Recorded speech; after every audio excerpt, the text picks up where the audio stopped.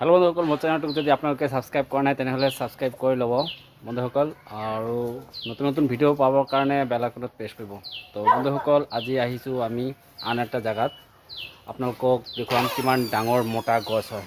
ইয়াত চাওক বন্ধুসকল, 30 ইয়াৰ্ছ এবভ হৈ গৈছে এইটো গছত ফুটা কৰি আছে, আৰু এতিয়া ফাংগাছ ট্ৰিটমেণ্ট কৰা হ'ব এইটো গছত। আপোনালোকক ডিটেইলছ দেখুৱাম।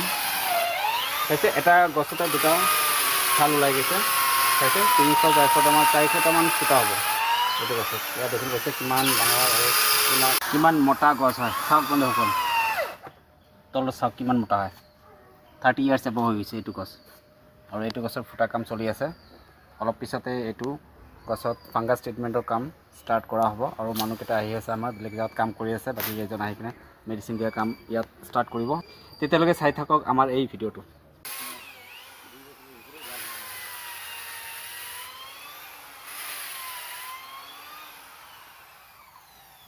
গাছ গাছছে এখন 2 নম্বৰ গৰম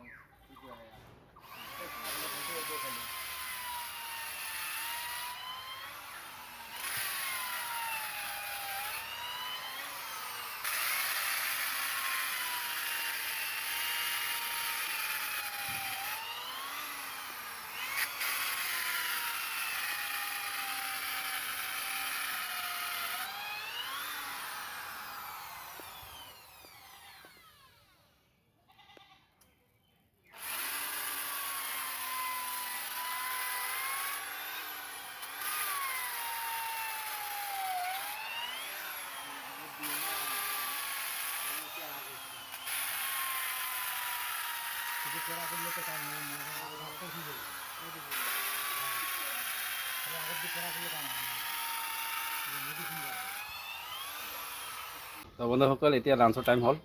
আমি কি লাঞ্চ কৰি আছোঁ আপোনালোকক দেখুৱাম।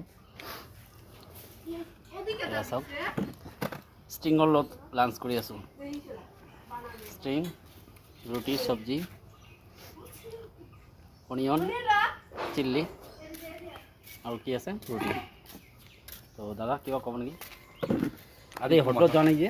আজি হোটেলত মানে আজি ইয়াতে আনিলোঁ খোৱা বস্তুটো। স্পেচিয়েল আছিল নেকি কিবা? আৰু হোটেলটো ইয়াৰ পৰা অলপ দূৰ হয়, সেইকাৰণে মানে হোটেলত যাব। আজি আপুনি মাংস খোৱাৰ কথা আছিলে, নোখোৱালে যে? আজি মাংস অলপ কি কৰিলোঁ, কিন্তু মাংস নাই। ইফালে দোকানত মাংস আছে, কিন্তু মাংস চব্জিবিলাক ইমান ভাল নহয়। মই কি খাই আছে এতিয়া? এতিয়া ৰুটি খাই আছোঁ, আৰু ৰুটিৰ লগত চব্জি খাই আছোঁ, আৰু ষ্টিং খাই আছোঁ এনাৰ্জিৰ কাৰণে। খুব গৰম লাগিছে।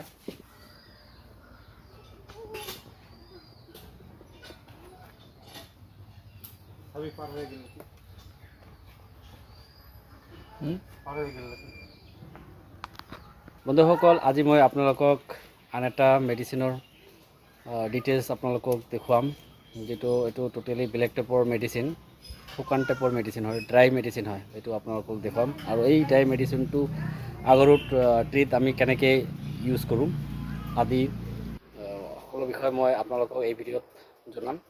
তো তেতিয়ালৈকে চাই থাকক মোৰ এই ভিডিঅ'টো। দ্বাৰা দি আছে সেইটো মেডিচিন, এইটো ড্ৰাই মেডিচিন হয়, টোটেলি ড্ৰাই হয়। এইটো ড্ৰাই মেডিচিনটো অলপ প্ৰব্লেম হয় নেকি বস্তু দিয়াৰ কাৰণে? পানী নাপালে প্ৰব্লেম হ'ব নেকি দাদা?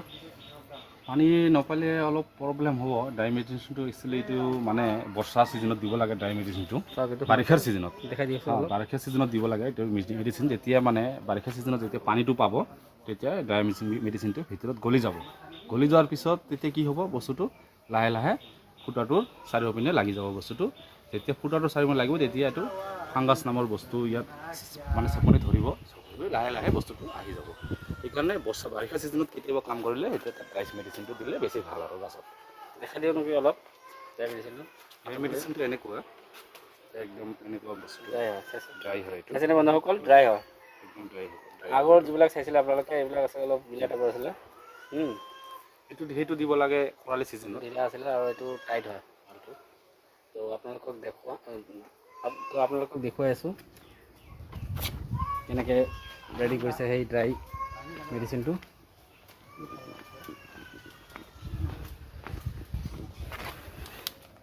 চাওক বন্ধুসকল, এইটো ৰেডি কৰিছে, ড্ৰাই হয়।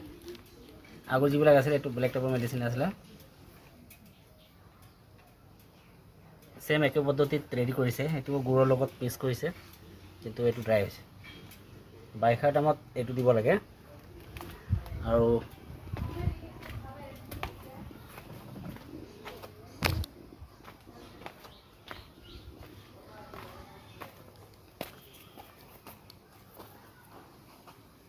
তো দাদা এইটো মেডিচিন অনলি বাৰিষাৰ টাইমত ইউজ কৰে নেকি?